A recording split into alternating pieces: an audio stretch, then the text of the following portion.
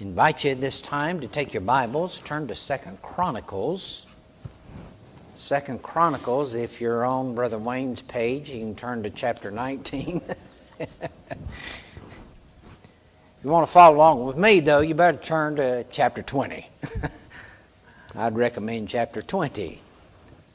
You remember in chapter 19, though, that Jehoshaphat had fought a battle with Syria, and he made an unholy alliance with King Ahab. And you remember it was in that particular time frame, what we find in chapter 19.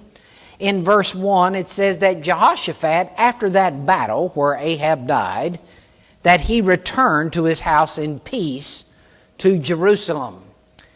But after returning there, Jehu, the son of Hanani, the seer, went out to meet him and said to King Jehoshaphat, "Shouldest thou help the ungodly and love them that hate the Lord? Therefore is the wrath upon thee from before the Lord." Here what we have, God's wrath is said to be upon Jehoshaphat. Nevertheless, God found something good in him.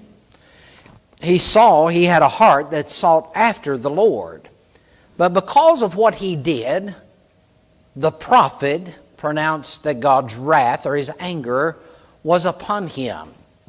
Now, with that thought in mind, I want you to imagine with me, if you were King Jehoshaphat and the prophet of the Lord said that God's wrath is upon you, nevertheless he found some good in you, if all of a sudden, right after these things, notice what it says in chapter 20 and verse 1, it came to pass after this also.